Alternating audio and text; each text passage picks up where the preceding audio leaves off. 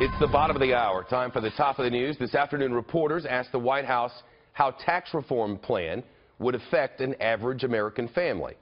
The president's economic advisor could not yet answer. So we wanted to look at the numbers and get some sense of how all of these cuts would affect all of us. The Fox Business Network's Gerri Willis has this. Gerri? Well, Shep, though the Trump tax reform plan saves the biggest tax cuts for small businesses and corporations, it will have big benefits for regular Americans. Low and middle income Americans will benefit from the doubling of standard deductions used when you file the short form. That first $24,000 worth of earnings will not be taxed for married couples filing jointly. And while the current tax code has some 7 personal income tax brackets, the Trump plan will squeeze that to 3. 10%, 25%, and 35%. What's more, it will repeal that bane of the middle class, the alternative minimum tax, as well as the death tax.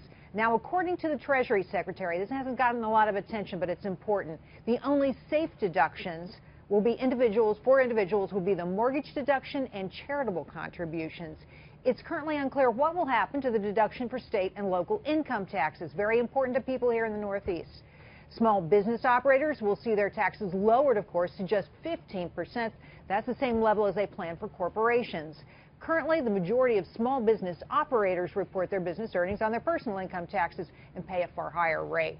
Higher income Americans aren't getting left out, of course. The top individual income tax rate will drop from 39.6% to just 35%. So, as you can see, Shep, a lot of big changes. You also mentioned another one.